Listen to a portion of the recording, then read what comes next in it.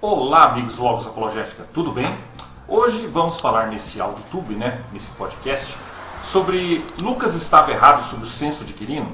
Essa é uma questão muito aí debatida, perguntada, os leitores perguntam muito sobre isso, e eu quero aqui responder mais uma vez, porque já tem artigos no Logos sobre isso, tem vídeos aqui também, mas é sempre bom responder isso, pessoal, porque os céticos aí sempre tentam levantar aí,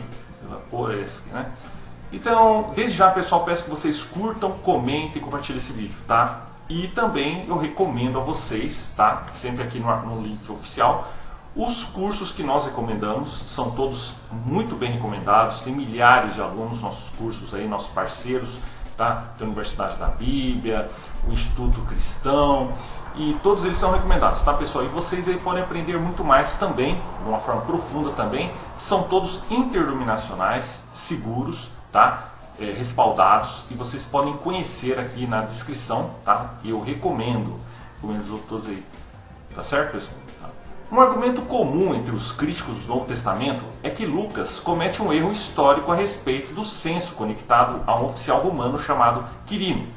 Em ambos os relatos do Evangelho sobre o nascimento de Jesus, concorda-se que Jesus nasceu na época de Herodes, o Grande, lá em Lucas 1,5 e Mateus 2,1.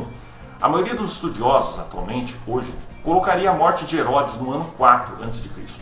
Isso, dizem os críticos, apresenta um problema com o que é dito em Lucas 2, que diz: naqueles dias saiu um decreto de César Augusto para que fosse feito um recenseamento de toda a terra habitada. Esse foi o primeiro censo feito enquanto Quirino era governador da Síria. Lucas 2, 1 ao 2. O problema aqui é que, de acordo com o historiador judeu do primeiro século, Flávio Josefo, Quirino não se tornou governador da Síria e conduziu o censo até 6 depois de Cristo, colocando esses eventos muito tarde, para ser a data do nascimento de Jesus. Assim, afirma o crítico, Lucas está obviamente errado aqui e os evangelhos não podem ser considerados inerrantes. A realidade, entretanto, é um pouco mais complicada do que o crítico geralmente percebe, e na verdade não há razão para duvidar da exatidão de Lucas. Dados históricos inadequados no censo de Quirinos. O crítico aparece com uma citação de Josefo nas mãos e imediatamente assume que provou que Lucas estava errado. Mas será mesmo esse o caso? Supondo para fins de argumentação que o crítico estava interpretando corretamente Lucas e Josefo, na pior das hipóteses, o que eles estariam provando? Apenas que Lucas e Josefo discordam, mas não conheço ninguém que pense que Josefo é uma fonte infalível e inerrante. Nem os cristãos, nem os céticos pensam assim. Então, por que presumir que Josefo deve ser automaticamente aquele que acertou? Claro, Josefo é geralmente um historiador antigo bastante confiável, pelo menos no quadro geral, se não sempre nos detalhes. Mas ele certamente cometeu sua cota de erros. E Lucas também é um historiador antigo extraordinariamente preciso, como um historiador moderno explicou. Para a precisão dos detalhes e para a evocação da atmosfera, Lucas está, de fato, com Tucídides. Os Atos dos Apóstolos não são produtos de má qualidade de imaginação piedosa, mas com registro confiável. Então, quem disse isso foi o historiador Blake Locke, no livro Arqueologia do Novo Testamento. Vocês podem ver as referências aqui, tá? Assim, mesmo para alguém que não aceita a inspiração do Espírito Santo por trás das palavras das Escrituras, simplesmente não há razão para supor que se Lucas e Josefo discordam, Josefo deve estar certo e Lucas errado.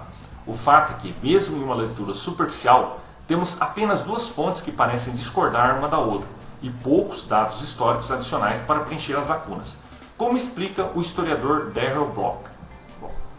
A fragmentação de nossas fontes também revela o cuidado com que devemos reconstruir a história a partir de nossas fontes.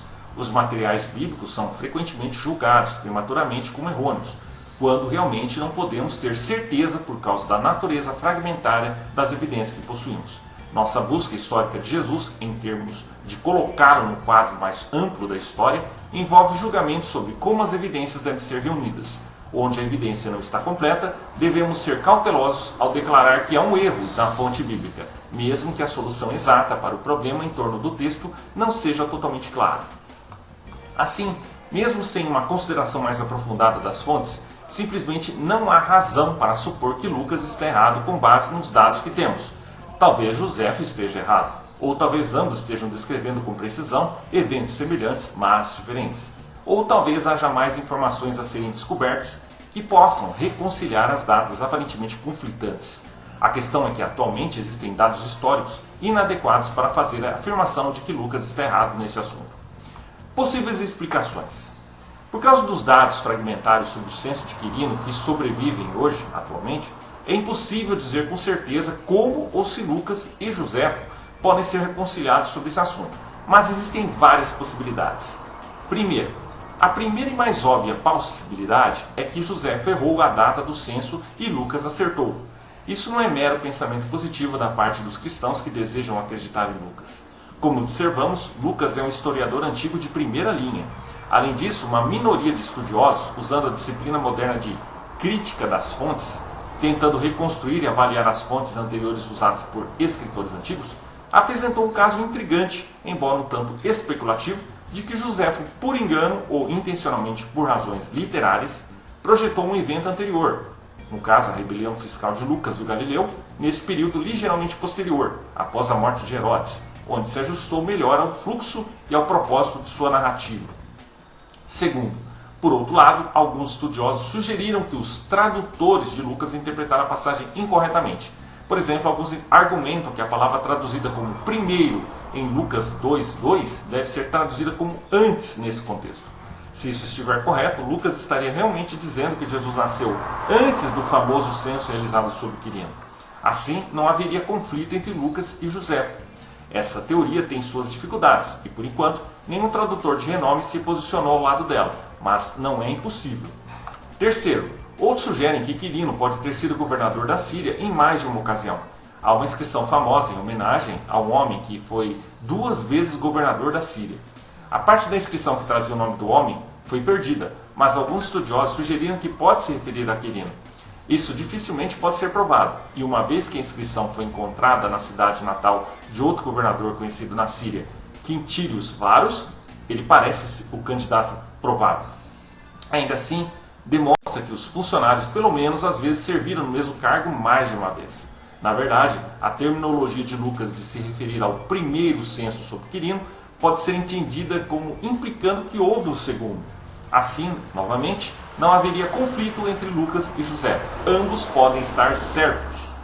Quarto, ainda outra possibilidade é que o censo da Judéia foi iniciado durante o reinado de Herodes, quando Jesus nasceu, mas não foi concluído até o reinado de Quirino em 6 d.C.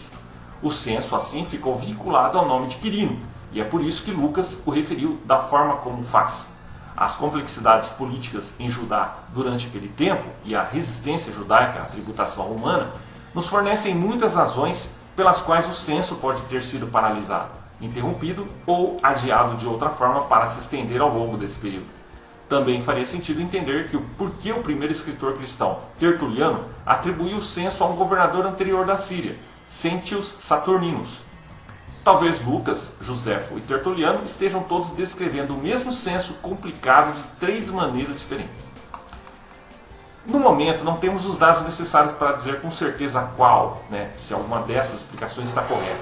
Outras descobertas arqueológicas podem um dia nos ajudar a resolver o problema com mais precisão. A questão aqui é simplesmente que os dados, como os temos agora, podem ser explicados de várias maneiras plausíveis que não exigem a suposição automática de que qualquer dificuldade deve significar que Lucas está errado. Na verdade, é importante notar que os primeiros escritores cristãos, que estavam mais próximos da época dos eventos e tiveram acesso a documentos que já foram perdidos, consideraram o censo como evidência positiva da exatidão da Bíblia. Justino Marte, por exemplo, escreveu em meados do século II: "E ouvi em que parte da terra ele deveria nascer, como outro profeta Miqueias predisse. Ele falou: E tu, Belém, terra de Judá, não és a menor entre as capitais de Judá, porque de ti sairá um governador que apacentará o meu povo. Agora, há uma aldeia na terra dos judeus, a 35 estádios de Jerusalém, na qual Jesus nasceu, como você pode verificar também pelos registros da tributação feitos sobre Cirênio, seu principal procurador na Judéia." Isso está lá em Justino Marte, Primeira Apologia, capítulo 34. Em outras palavras, se você quer uma prova de que Jesus é de Belém e cumprimenta a profecia, basta dar uma olhada nos registros do censo. Você vai encontrar a família dele ali mesmo no registro. Assim, embora seja difícil olhar para os registros sobreviventes limitados e reconstruir uma linha do tempo precisa que se adapte a todos eles, há poucos motivos para supor que Lucas é quem está em erro ali, né? Aqui. Então aí, pessoal, vocês podem ver que existem vários argumentos para comprovar Lucas, né? A exatidão da Bíblia, ao contrário do que os céticos tentam aí levantar. Tá, pessoal? Então é isso aí. Se vocês gostaram, curtam, comentem, compartilhem, pessoal. Dê um apoio aí, tá? E peço para que vocês compartilhem logo lá do Pinterest, tá? Dê uma força aí, pessoal. Divulguem o máximo. Comentem o que vocês querem aí, suas dúvidas bíblicas, teológicas, qualquer coisa. Deixem aí nos comentários. Tá bom, pessoal? É isso aí. Um abraço e até mais.